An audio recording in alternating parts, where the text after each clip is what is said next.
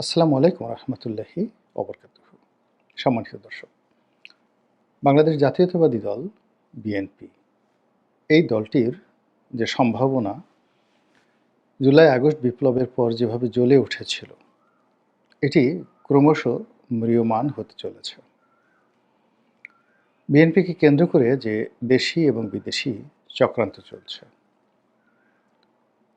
এবং এই চক্রান্ত মোকাবেলা করার জন্য বিএনপির যে ধরনের প্রস্তুতি দরকার, যে ধরনের কার্যক্রম দরকার, যে ধরনের কূটনীতি দরকার, তার কোনোটিই হচ্ছে না। আওয়ামী লীগের জমানার পুরোটি সময় যেভাবে তারা সময় কাটিয়েছে এবং বারবার শুধু অপেক্ষা করেছে, দেখি এবার ঈদ যাক বা সামনের কুরবানি আসুক, বর্ষাকাল তো গেল, এবার শীতকালে আর আওয়ামী লীগকে একটু ছাড় দেওয়া হবে না। তো এই সকল যে কথাবার্তা তারা বলতেন এবং প্রায় সব সময়টিতেই আওয়ামী লীগের জুলুম অত্যাচারের শিকার হতে হতে বলতে গেলে দেয়ালে তাদের পিঠ থেকে গিয়েছিল। ঠিক সেই জায়গা থেকে প্রকৃতির একটি অপার করুণা দ্বারা যেভাবে একটা সুযোগ বিএনপির জন্য চলে এসেছিল, তা সম্ভবত বিএনপির হাতছাড়া হয়ে গেছে। আমি যাচ্ছে বলছি না, আমি বললাম যে অলরেডি গিয়েছে। এখন কি হবে? এখন তাদের অবস্থা সেই বিএনপির যে সাবেকি অবস্থা আওয়ামী লীগ জমানাতে সেরকম হবে, অথবা তার চেয়ে খারাপ হবে। কারণটা কি? কারণটা হলো যে যখন বসন্ত আসে, ঠিক সেই সময় বাগানে ফুল ফোটে এবং যখন ফুল ফোটে তখন কোকিল গান গায়। এই যে আমি যখন ভিডিওটি করছি, তখন চারিপাশ থেকে আপনি দেখবেন যে কোকিলের কুহু কুহু ডাক শোনা যাচ্ছে। বসন্ত সমাগত, তাই কোকিল ডাকাডাকি করছে। আমাদের রাজনীতির যে বসন্তকাল, বিএনপি রাজনীতির যে বসন্তকাল, সেই বসন্তকালটি ছিল আগস্ট, সেপ্টেম্বর, অক্টোবর। এই ৩টি মাসে তারা দোয়া দরুদ তসবিহ তাহলিল পড়ে সময় কাটিয়েছে। এখন যে কাজটি হচ্ছে সেটি হলো, জনাব তারেক রহমান সাহেব লন্ডনে বসে তার বাসায় বসে প্রায় প্রতিদিনই একাধিক স্কাইপে মিটিং করছেন, কিন্তু এই স্কাইপে মিটিংয়ে কোনো কাজের কাজ হচ্ছে না। তার দলের যারা লোকজন রয়েছে তাদের মধ্যে কোনো আতঙ্ক, ভয় বা দলের চেইন অফ কমান্ড মান্য করার যে আনুগত্য, সেই আনুগত্য তারা প্রদর্শন করছেন না। অধিকন্তু তৃণমূল পর্যায় থেকে শুরু করে একেবারে সর্বোচ্চ পর্যায়ে বাংলাদেশে যারা রাজনীতি রয়েছে তাদের বিরুদ্ধে বিস্তর অভিযোগ। বিভিন্ন পদ পদবি ব্যবহার করে কোথাও দরকার যদি মব জাস্টিস, তারা সেই কাজটি করছেন এবং এই অপকর্ম করার জন্য যেখানে জামাতের সাথে মিত্রতা দরকার তা হচ্ছে, শত্রুতা দরকার তাও হচ্ছে, যেখানে সমন্বয়কদের সঙ্গে ছাত্র জনতার সঙ্গে বন্ধুত্ব করা দরকার তাও তারা করছে, আর যেখানে শত্রুতা দরকার তাও তারা করছে। এবং এই সকল কর্মকাণ্ড করতে গিয়ে তারা একটি বারের জন্য দলের সুনাম সুখ্যাতি, দলের ভবিষ্যৎ এবং রাজনীতি নিয়ে ভাবছেন না। ফলে কি হচ্ছে? চারিদিকে দুর্গন্ধ দুর্গন্ধ দুর্গন্ধ ছড়িয়ে পড়েছে এবং সকল দায় দায়িত্ব বিএনপির উপর বর্তাচ্ছে। ফলে যদি একটি ক্রেডিবল, অংশগ্রহণমূলক, তারপর একটি স্বচ্ছ মানে ট্রান্সপারেন্ট নির্বাচন হয়, জনগণ ভোট দেওয়ার সুযোগ পায়, তাহলে আজ থেকে ৬ মাস আগে বিএনপির যে সম্ভাবনা ছিল এটি নষ্ট হয়ে গিয়েছে। এবং এই কাজগুলো যে হয়েছে, এখানে বিএনপির যেভাবে নেগলিজেন্সি রয়েছে, তারপরে নেতৃত্বের অদূরদর্শিতা রয়েছে, সাহসী যে সিদ্ধান্ত এটি নেওয়ার জন্য তারা যে কর্মকাণ্ড করা দরকার সেটি তারা করতে পারছেন না। ফলে কি হচ্ছে? বিএনপি যারা প্রতিপক্ষ তারা মাঠ দখল করে ফেলেছেন এবং আমরা এখন ছাত্রদের এই নতুন রাজনৈতিক দলকে অনেকে তুচ্ছ করছি, তাচ্ছিল্য করছি। কিন্তু বাস্তবতা হলো যে পৃথিবীর ইতিহাসে আপনি যখন কাউকে তুচ্ছ করবেন, তাচ্ছিল্য করবেন, সেটা মশা হোক মাছি হোক, দেখা গেল সেই মশা এবং মাছির যে জীবাণু কামড়, এতেই কিন্তু আপনার প্রাণ যাবে।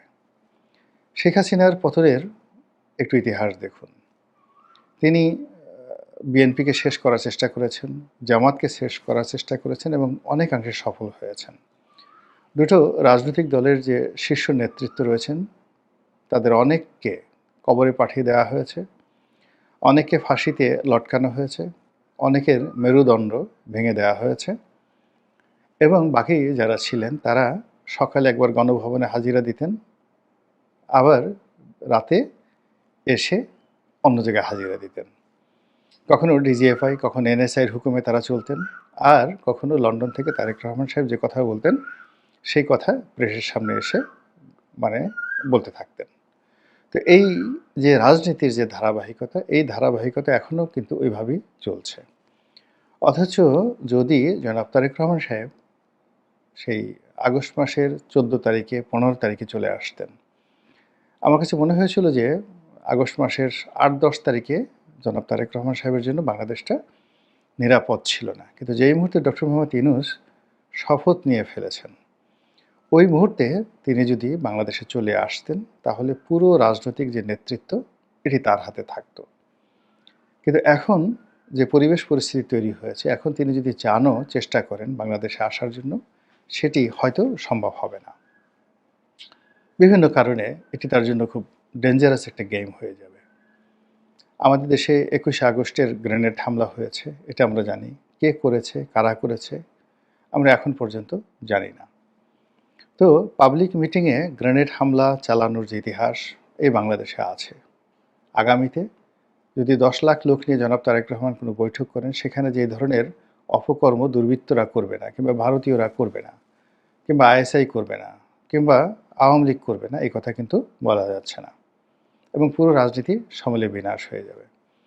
তো ওই পরিবেশ এবং পরিস্থিতি সামাল দেওয়ার জন্য যে ধরনের প্রশাসনিক ভিত্তি, রাজনৈতিক ভিত্তি এবং যে ধরনের জনসংযোগ দরকার ছিল, এই সময়টা এখন পার হয়ে গেছে। এখন বিএনপির বিরুদ্ধে বলতে গেলে ইউনূস সরকার, তারপর রাষ্ট্রের যে গুরুত্বপূর্ণ অর্গানগুলো রয়েছে, সব জায়গাতেই বিরক্তি চরমে। বিএনপির পক্ষ থেকে যে সকল রাজনৈতিক নেতৃবৃন্দ সরকারের সাথে যোগাযোগ করছেন, সামহাও তাদের মধ্যে কোনো অ্যাডাপশন হচ্ছে না। ক্যান্টনমেন্টের সাথে যে সকল কর্মকর্তাদেরকে, সাবেক কর্মকর্তাদেরকে বিএনপি হয়তো দায়িত্ব দিয়েছেন, তারা বর্তমান যারা সার্ভিস হোল্ডার রয়েছেন সেনাবাহিনীতে, তাদের সঙ্গে আসলে যোগাযোগ রক্ষা করতে পারছেন না এবং প্রায়ই এখানে অনার সৃষ্টি তৈরি হচ্ছে এবং বিএনপির প্রতি অবিশ্বাস তৈরি হয়ে গেছে। তারপর ছাত্র জনতা যারা আছেন এই মুহূর্তে, তাদের কারোর সঙ্গে বিএনপির কোনো সম্পর্ক এখন পর্যন্ত হয়নি।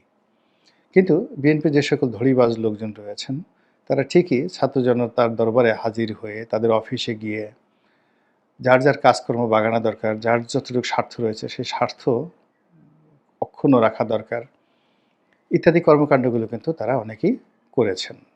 আমি নাম বলবো না, কিন্তু ঘটনা সত্য।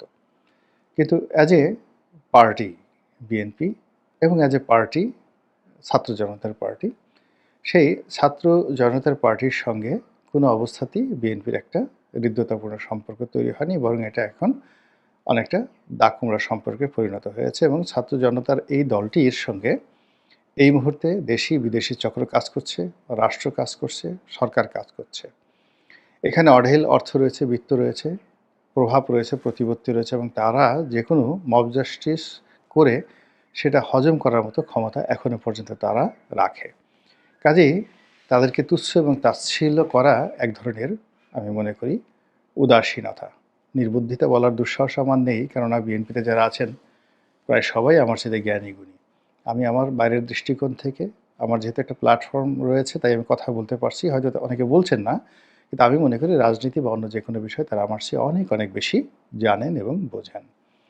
তো যেটা বলছিলাম যে এই কারণে কি হলো, এই ছাত্রদের সাথে তাদের সম্পর্কটা তারা এখন স্ট্যাবল করতে পারেনি, বিএনপির সঙ্গে তাদের সম্পর্কটা স্ট্যাবল করতে পারেনি। আর অন্যদিকে দল ভাঙা এবং গড়ার যে অতীত কর্মকাণ্ড রাষ্ট্রের পক্ষ থেকে হয়, সেই কর্মকাণ্ডগুলো কিন্তু দ্বিধার্সে এগিয়ে চলেছে। আর এর মধ্যে আপনি দেখবেন ছোট ছোট রাজনৈতিক দল, কেউ চীন যাচ্ছে, কেউ ইউরোপে যাচ্ছে, কেউ মক্কা যাচ্ছে, কেউ মদিনা যাচ্ছে এবং যার যার মধ্যে করে তারা কিন্তু আতঙ্কগ্রস্ত আছে। নতুন একটা ভাঙাচোরা হচ্ছে ছোট বড় সব দলের মধ্যেই। আওয়ামী লীগকে মাঠে নামানোর জন্য বিভিন্ন অ্যাঙ্গেল থেকে চেষ্টা করা হচ্ছে। এখানে শেখ হাসিনার কাউন্টার একটি গ্রুপ দাঁড়া করানোর চেষ্টা করা হচ্ছে। আওয়ামী লীগ থাকবে কিন্তু শেখ পরিবার থাকবে না, শেখ হাসিনা থাকবে না। এখনো পর্যন্ত কনক্রিট কোনো কিছু হয়নি। অতীতের অভিজ্ঞতার আলোকে কোনো ব্যক্তি কেউই এই গোয়েন্দা সংস্থার জালে পড়ে বা সরকারের জালে পড়ে, মোহজালে পড়ে আওয়ামী লীগের বিরুদ্ধে অতীতের সেই সংস্কারবাদী গ্রুপের মতো নতুন একটি সংস্কারবাদী দল আওয়ামী লীগ করার সাহস বা দুঃসাহস কেউ এখন দেখাচ্ছে না। ফলে পুরো নেতৃত্ব, আওয়ামী লীগের পুরো নেতৃত্ব ভারত কেন্দ্রিক, পুরো নেতৃত্ব এখন শেখ হাসিনা কেন্দ্রিক। শেখ হাসিনা এবং ভারত যেভাবে বলবে, এখনও পর্যন্ত আওয়ামী লীগের যারা সাধারণ নেতৃত্ব রয়েছে তারা সেই দিকেই যাবে। এবং সেক্ষেত্রে আগামীতে আওয়ামী লীগের সঙ্গে বিএনপির কোনো ঐক্য হওয়ার সম্ভাবনা এই মুহূর্তে দেখা যাচ্ছে না। সেই তুলনায় জামাতের সঙ্গে আওয়ামী লীগের ঐক্য হওয়ার সম্ভাবনা খুবই খুবই বেশি। তো রাজনীতির ময়দানে বিএনপি বলতে গেলে এখন বন্ধুহীন, একেবারে একা। তারা ইতিমধ্যে বেশ কয়েকজনকে বন্ধু করার চেষ্টা করেছিলেন, যারা ব্যক্তিকেন্দ্রিক।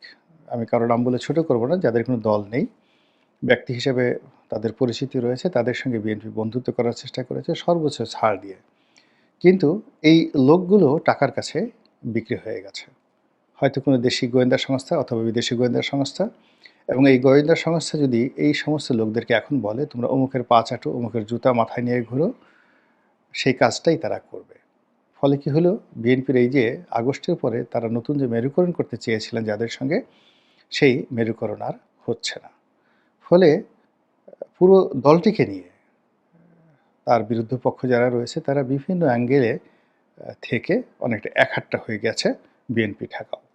আর সেই বিএনপি ঠেকানোর যে যুদ্ধ চলছে, সেই যুদ্ধের ময়দানে বিএনপি বিপুল বিক্রমে যে এগিয়ে যাবে, সেই নেতৃত্ব মির্জা ফখরুল সাহেব এর হাতে আছেন কিনা উনি বলতে পারবেন, বা সালাউদ্দিন সাহেবের হাতে যে কোনো সিদ্ধান্ত ইন্ডিপেন্ডেন্টলি নেওয়ার জন্য তিনি ক্ষমতাপ্রাপ্ত কিনা এটা উনি বলতে পারবেন, আমরা বলতে পারবো না। মির্জা আব্বাস এখন কোথায় আছে, কিংবা তারেক রহমান সাহেব খুব দ্রুত বাংলাদেশে এসে নেতৃত্ব নেবেন কিনা, বা নিলেও তিনি কতটা সফল হবেন, এই বিষয়ে আমরা কেউ বলতে পারছি না। কিন্তু প্রতিদিনই বিএনপির লোকসান হচ্ছে, ভীষণ রকম লোকসান হচ্ছে, এবং লোকসান হতে হতে আগামী ২-৩ মাসের মধ্যে বিএনপি এমন একটা রসকসহীন, মানে আমরা ছোটোকালে একটা যাকে বলা হয় বলতাম রসকস সিঙ্গারা বুলবুলি, এরকম।